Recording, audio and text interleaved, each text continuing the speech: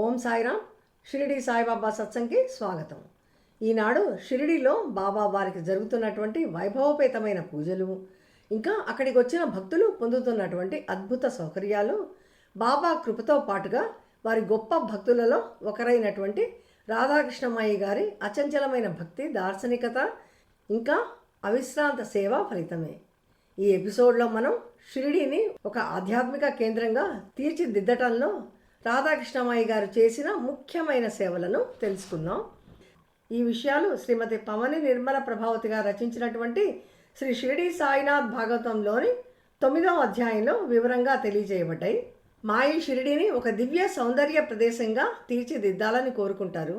బాబా ప్రతిరోజు లెండీబాగుకు నడిచే మార్గానికి ఇరువైపులా ఇనుప స్తంభాలను నాటి వాటిపై నుండి సువాసనలను వెదజల్లే మల్లె, జాజి లాంటి తీగ మొక్కలను పాకించాలని కోరుకుంటారు.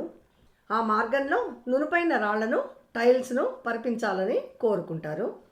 బాబాను ప్రతిరోజు 4 హారతులతో పూజించాలని, వారికి వెండి సింహాసనం, వెండి పాదుకలు, వింజామరలతో వీచడం, నిరంతర అన్నదానం, ఒక వ్యవస్థీకృత సంస్థను స్థాపించాలని కోరుకుంటారు. బాబాను సాయి మహారాజ్ అని కూడా మొదటిసారిగా సంబోధించింది కూడా మాయినే. మనం కూడా ఇప్పటికీ ఈ స్తోత్రంతో అనంతకోటి బ్రహ్మాండ నాయక రాజాదిరాజ యోగిరాజ పరబ్రహ్మ శ్రీ సచిదానంద సద్గురు సాయినాథ్ మహారాజ్ కీ జై అని స్తోత్రిస్తున్నాం.